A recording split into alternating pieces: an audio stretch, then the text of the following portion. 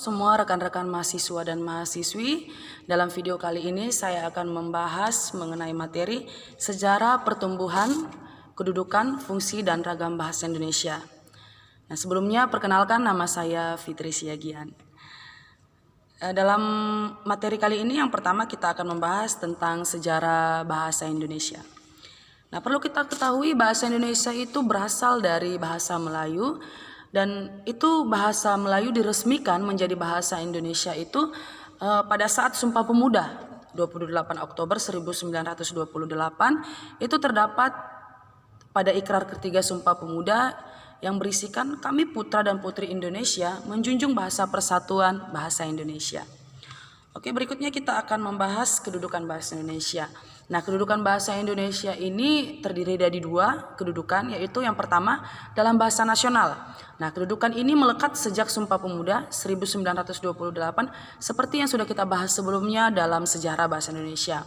Yang kedua, bahasa Indonesia itu kedudukannya sebagai bahasa negara itu diakui, bahasa Indonesia itu diakui dalam kedudukan bahasa Indonesia sebagai bahasa negara itu sehari setelah kemerdekaan Indonesia, yaitu pada tanggal 18 Agustus 1945. Kemudian kita akan membahas fungsi-fungsi bahasa Indonesia. Fungsi-fungsi bahasa Indonesia yang pertama itu fungsi bahasa Indonesia sebagai bahasa negara. Bahasa Indonesia berfungsi sebagai bahasa resmi kenegaraan, kemudian bahasa Indonesia sebagai bahasa pengantar dunia pendidikan, bahasa Indonesia sebagai alat perhubungan pada tingkat nasional, dan yang terakhir sebagai alat pembangunan kebudayaan dan iptek.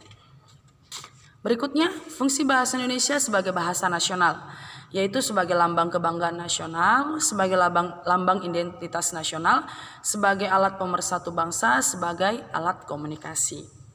Setelah fungsi dari bahasa Indonesia, kita akan membahas mengenai ragam bahasa Indonesia. Beragam bahasa Indonesia itu berdasarkan sarana terdiri dari dua bagian, yaitu ragam bahasa Indonesia lisan dan ragam bahasa Indonesia tulisan. Nah, di sini saya buat contoh dalam ragam bahasa lisan itu Ani lagi masak sayur, sedangkan dalam tulisan dia Ani sedang memasak sayur. Jelas sekali perbedaannya ya teman-teman. Kemudian yang kedua yaitu ragam bahasa Indonesia berdasarkan pokok persoalan. Ya, jadi dalam berdasarkan pokok persoalan bahasa Indonesia itu dibedakan menjadi ragam bahasa di beberapa bidang, seperti di bidang agama, politik, militer, hukum, kedokteran, seni, dan lain-lain.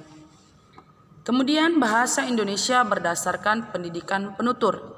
Jadi bahasa Indonesia dalam pendidikan penutur itu ada dua bagian, yaitu bahasa Indonesia orang yang berpendidikan dengan bahasa Indonesia dengan orang yang tidak berpendidikan. Jadi memang jelas sekali perbedaannya ya. Orang yang berbicara bahasa Indonesia yang berpendidikan dengan orang yang tidak berpendidikan dalam memakai bahasa Indonesia. Kemudian yang ketiga, ragam bahasa Indonesia berdasarkan sikap penutur.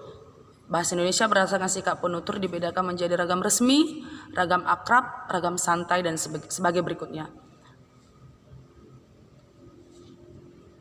Untuk contoh saya buat di sini, ragam resmi kepada atasan, laporan telah terkirim. Ragam akrab kepada rekan kerja, sudah saya kirim ya laporannya. Dan yang terakhir, ragam santai kepada sahabat, laporan udah gua kirim ya. Kemudian kita masuk kepada pembahasan terakhir, yaitu ragam bahasa Indonesia berdasarkan daerah asal penutur.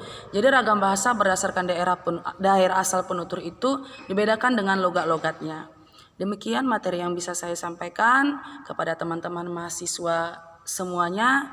Terima kasih. God bless.